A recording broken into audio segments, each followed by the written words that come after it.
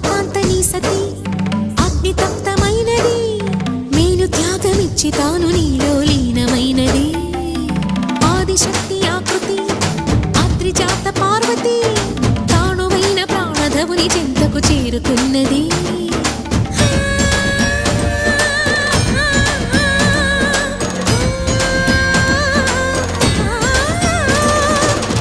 భువికి తరలించేలా ధరణి దివిని తలపించేలా